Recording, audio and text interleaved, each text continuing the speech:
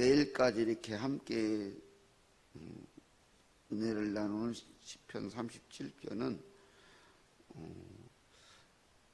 악인과 의인을 이렇게 비교하면서 대꾸법처럼 악인은 이렇고 의인은 이렇고 이렇게 얘기를 하잖아요. 근데 어제 우리가 함께 은혜를 나누었던 37편 1절 11절은 악인의 형통함에 대한 의인의 올바른 믿음의 자세였다면, 오늘은 악인에게 닥칠 심판과 그리고 의인이 받을 복, 이걸 이렇게 비교해서 얘기를 하고 있어요.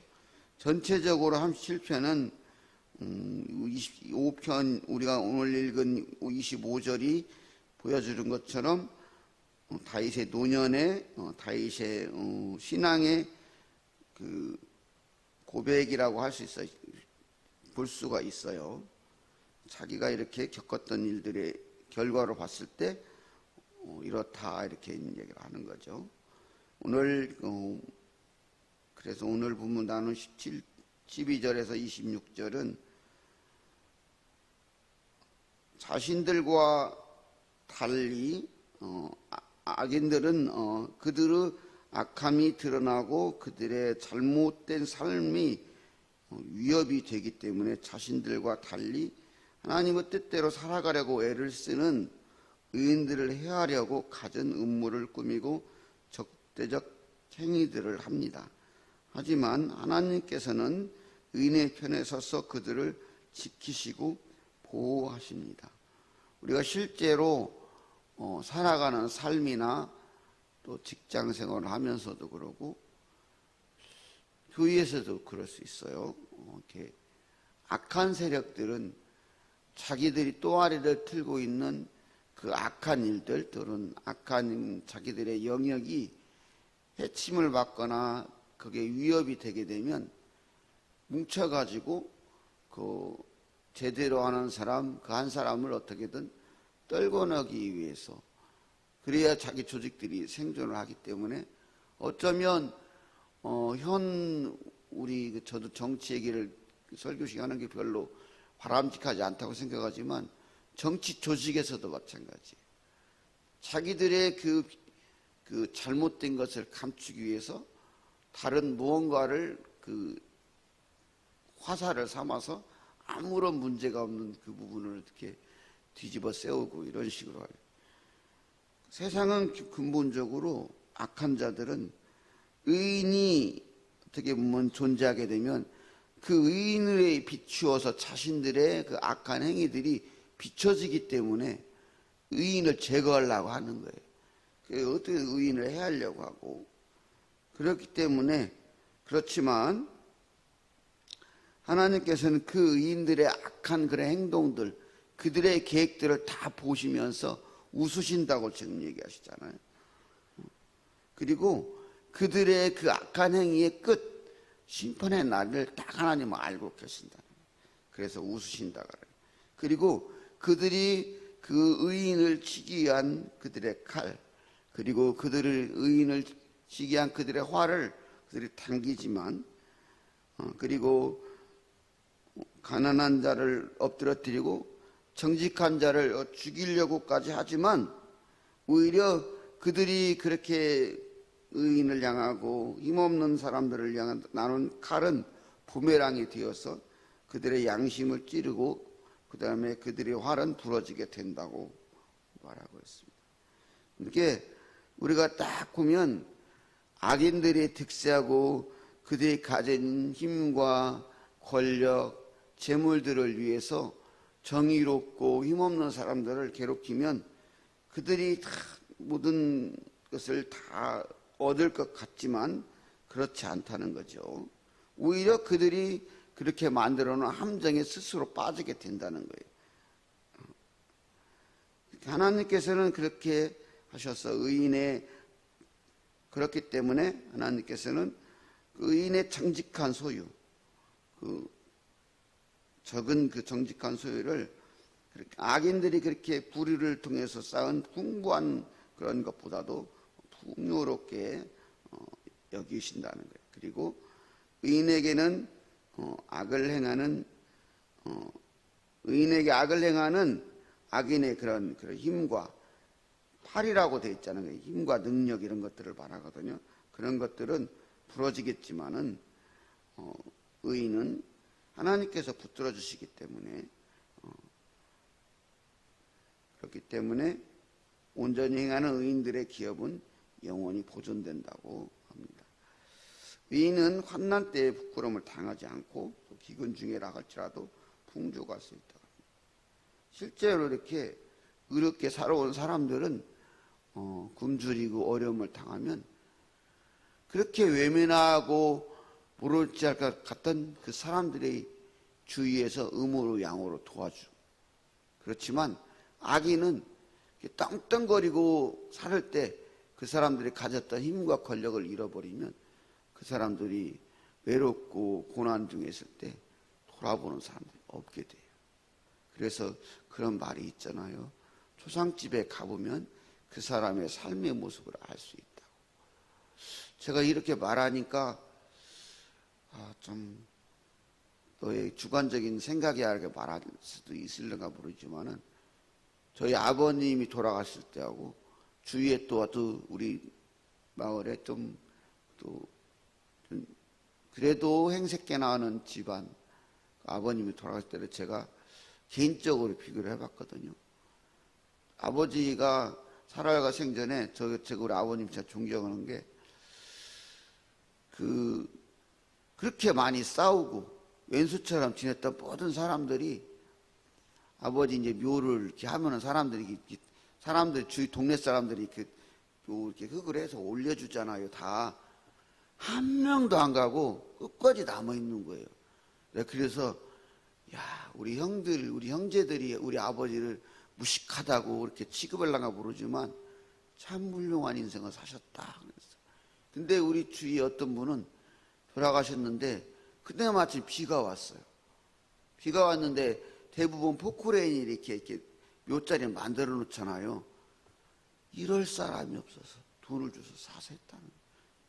저도 이제 이런 말 하지 마세요. 괜히 또 그 사람들 들어가면 기분 좋겠어요. 그게 뭘까? 우리 아버지가 의인이고 그건 악이라는 의미가 아니고 우리의 인생의 결과를 살았을 때 어떤 인생이 돼야 될까? 세상에서도 그리스도인이라면 최소한 그래 잠깐 아까운 인물이 죽었어. 저 사람 꼭 있어야 될 사람인데 그런 인물이 되어야 되지 않겠어요? 그래야 우리가 하나님 얼굴에 먹칠은 하지 않지 않을까요? 어디에 있든지 직장에서든지 가정에서든지. 다윗은 어쩌면 그렇게 살았던 거예요. 스스로가. 뭘만 분하냐면 자기를 그렇게 악랄하게 쫓아다니면서 괴롭히는 사울을 죽일 기회가 여러 번 있었어요. 그냥 죽이면 돼. 그러면 이제 모든 게 클리어. 자기는 이제 평탄한 인생을 살 수 있어요. 어쨌든 피를 묻히기는 하지만 그럴 수 있었어요. 그러나 다윗은 아니야.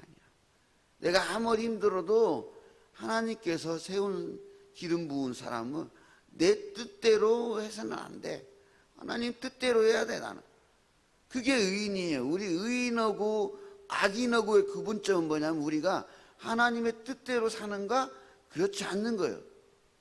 사람들 선한 행위를 하고 세상에도요 예수 안 믿어도 선하게 사는 사람들 많아요. 정말 저 사람은 법 없이 살아. 우리가 그리스도는 부끄러워. 그런 사람들도 많아요.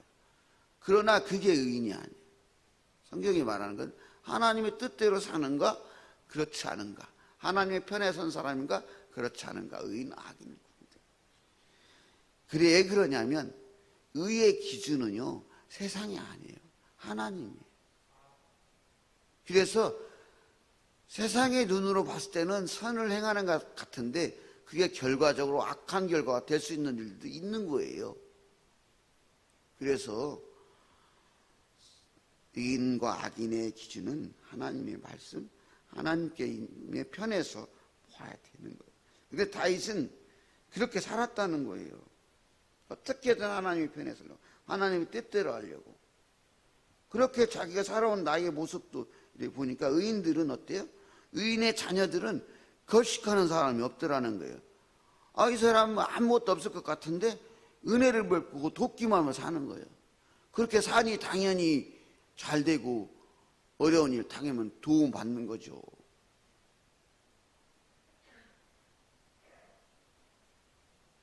우리의 삶도 그러합니다.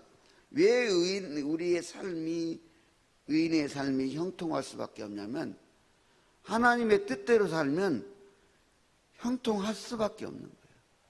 왜냐하면 우리가 성경을 쫙 보면은 이스라엘 백성들이 출애굽 당시의 일들을 봐보세요. 바로 치하에서 430년을 살고 겨우겨우 나왔는데 딱 오니까 홍해가 딱 가로막아 버렸는데, 뭐래요? 사람들은 대부분의 사람들은 뭐라 그래요? 모세 우리 데리고 나와가지고 겨우 온다느니 광야에서 이렇게 죽게 만들려고 데리고 왔냐? 모사가 뭐래요? 가만히 있어. 하나님 언니를 봐봐. 가만히 있어서 하나님 언니를 보라니까 쫙 홍해가 열려. 상상도 생각도 못할 일도 건너게 하시잖아요. 형통한 거예요. 악인은. 의인은 우리가 어떻게 보면 고난을 만나고 어려움을 만날 때는 딱 생각해야 될 게 뭐냐, 내가 하나님의 뜻에 맞는 삶을 살고 있는가, 하나님 편에 서 있는가를 돌아봐야 돼요.